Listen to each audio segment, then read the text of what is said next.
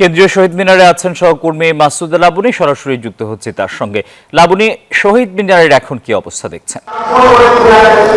শহীদ মিনারে সেই সকাল থেকে শহীদ মিনারের যে বেদি সেটি কিন্তু ফুলের অর্ঘ্যে ভরে গেছে।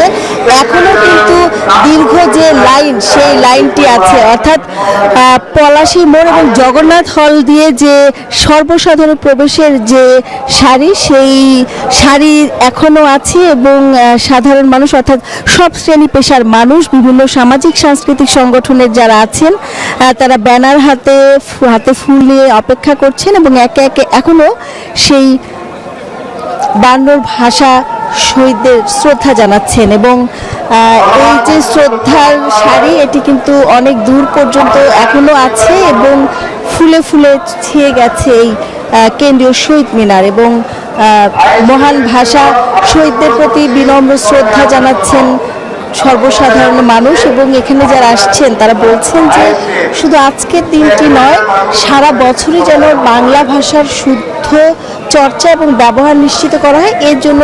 এর জন্য যে কর্তৃপক্ষ যারা আছেন তারা যেন সজাগ দৃষ্টি রাখেন, এমন আহ্বান জানাচ্ছেন। এছাড়াও বলছেন যে ভাষা শহীদদের যে আত্মত্যাগ এবং ভাষার জন্য তাদের যে জীবন উৎসর্গ করা, এই জীবন উৎসর্গ করার যে চেতনা, একটি গণতন্ত্র, মানবাধিকার এবং অসাম্প্রদায়িক বাংলাদেশ গড়ার একটি ভিত্তি। এবং এই কারণেই পাঠ্যপুস্তক থেকে শুরু করে সব জায়গায় যেন ভাষা শহীদদের যে আত্মত্যাগ, সেই আত্মত্যাগের ইতিহাস যেন বিস্তৃতভাবে শিক্ষার্থীদের এবং তরুণ প্রজন্মকে জানানো হয়, সেই ব্যবস্থাটি যেন সরকারের পক্ষে যারা আছেন তারা যেন করেন, এমন আহ্বান জানাচ্ছেন। এবং এখানে ফুল দিয়ে শহীদদের প্রতি শ্রদ্ধা জানাচ্ছেন, তাদের স্মরণ করছেন সাধারণ মানুষ।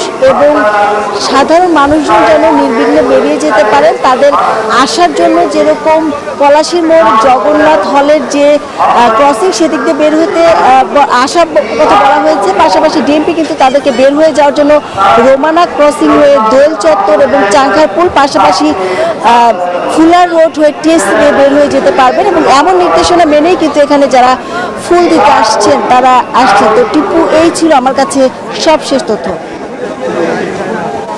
লাবনী, ধন্যবাদ আপনাকে।